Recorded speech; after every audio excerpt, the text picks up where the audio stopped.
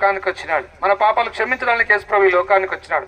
మనకు నిత్య జీవం ఇవ్వడానికి యేసుప్రభు ఈ లోకానికి వచ్చినాడు. మనల్ని పరలోక రాజ్యం చేర్చడానికి యేసుప్రభు ఈ లోకానికి వచ్చినాడు. అమ్మాయ్యా, ఈ పాప జీవితంతో ఎన్ని దినాలు బ్రతుకుతావు? కొత్త సంవత్సరంలో కొత్తగా నిన్ను దీవించాలని దేవుడు కోరుతా ఉన్నాడు. కనుక నీలో ఉన్న పాపం తీసేసుకో. పాపం క్షమించడానికి యేసుప్రభు ఈ లోకానికి వచ్చినాడు. పాపల కొరకు యేసుప్రభు సిలువనెక్కినాడు.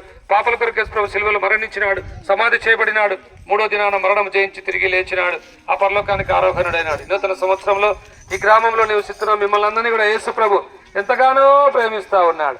యేసుప్రభు మిమ్మల్ని పిలుస్తా ఉన్నాడు. అమ్మా అయ్యా, మతం మార్చుకోవాల్సిన అవసరం లేదు, పేరు మార్చుకోవాల్సిన అవసరం లేదు, ఎక్కడికి పోయిన అవసరం లేదు. మీరు ఎక్కడున్నారో అక్కడ ఇష్టపూర్వకంగా యేసుప్రభు నేను పాపిని, నేను క్షమించు, నీ రక్తంతో నా పాపం కడుగునకు చిన్న ప్రార్థన చేస్తే చాలు.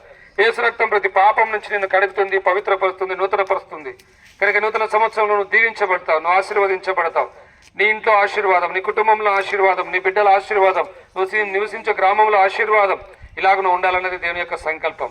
శాపం కింద నుంచి నువ్వు తొలగిపోవాలంటే, ఆశీర్వాదం పొందాలంటే యేసుప్రభువే ఏకైక మార్గం. కనుక ఉదయకాల సమయంలో ఈ నూతన సంవత్సరంలో ఆయన నిన్ను రక్షించడానికి లోకానికి దిగి వచ్చిన నీ రక్షకుడు, లోకరక్షకుడు, జగద్రక్షకుడు. నిన్ను రక్షించడానికి వేరే మార్గం లేనే లేదు. యేసుప్రభువే మార్గం, యేసుప్రభువే సత్యం, యేసుప్రభువే జీవం. ప్రభునేసందు విశ్వాసం ఉంచండి, అప్పుడు మీరును మీ ఇంటి వారిని గొప్ప ఆత్మరక్షణ, పాపక్షమాపణ, పరలోక రాజ్యం మీరు పొందగలరు. యేసుప్రభుల గారి గురించి మీకు ఇంకా ఎక్కువగా తెలుసుకోవాలని ఆశ ఉంటే ఇక్కడ నందలూరు జెండామాన వీధిలో పెరియలు ప్రార్థన మందిరం ఉంది. అక్కడికి మీరు ఎప్పుడైనా రావచ్చు, దేవుని వాక్యం వినొచ్చు. మీ అందరి కోసం మేము ఇప్పుడు ప్రార్థన చేస్తాం. అందరూ కూడా కళ్ళు మూసుకోండి.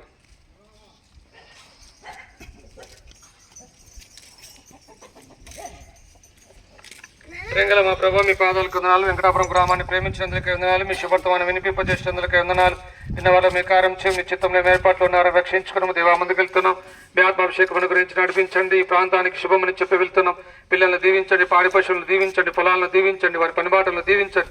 వారి కుటుంబంలో నిజమైన పాపక్షమాపణ, శాంతి, సమాధానం అనుగ్రహించి మహిం పొందమని యేసు పరిశుద్ధ నామములో ప్రార్థిస్తున్నాం మా తండ్రి. ఆమేన్.